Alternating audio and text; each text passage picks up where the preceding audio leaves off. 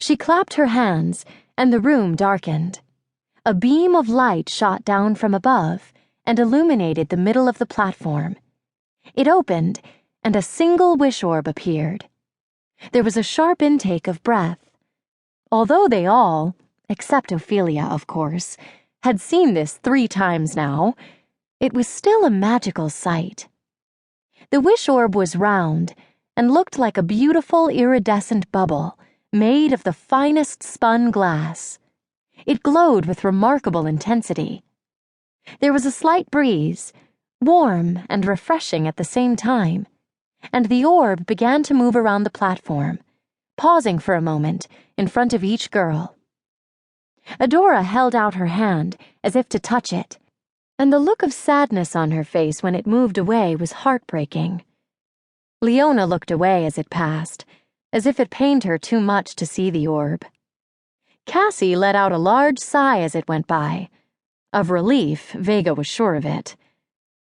The orb paused in front of Vega, and she held her breath, steeling herself for the disappointment she would feel if it moved on to the next star darling.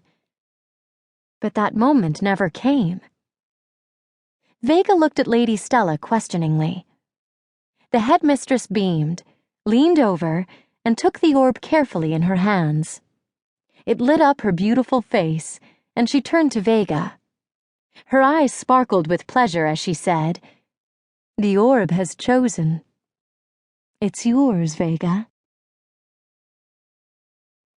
Vega set 3 separate alarms on her stars app that night, but she didn't need any of them, for Piper woke her up at the crack of dawn, talking in her sleep. Or, to be more specific, yelling. It was mostly gibberish and made no sense to Vega, but a couple of the words were clear. Help, stop, and was that beef?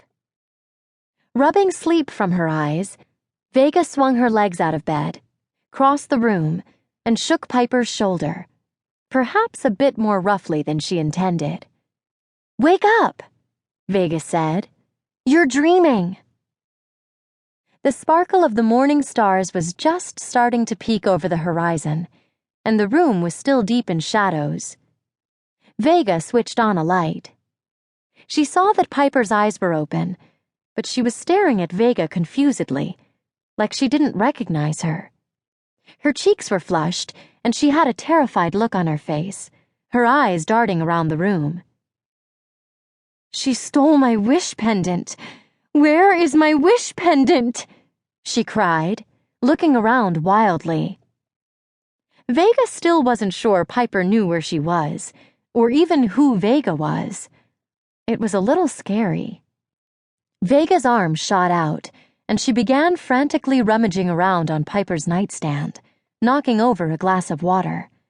It instantly dried, as spills always did on Starland. Where was her wish pendant? Finally, her fingers closed on the cool metal of the bracelet. She held it aloft. "Here it is," she said soothingly. "Piper, it was only a dream." She slipped it onto Piper's wrist, which seemed to calm her immediately. An expression of great relief flooded Piper's face, but then she looked up at Vega reproachfully. "Only a dream? Really? You know how important dreams are," she said coldly. "Especially to me." Vega shrugged. "Sorry," she said.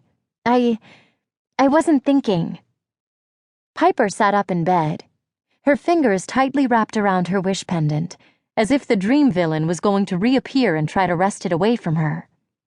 "Hand me my dream diary," Piper demanded. This was very unlike her, and Vega stared for a moment. Piper corrected herself immediately. Would you mind getting me my dream diary?" she asked sheepishly.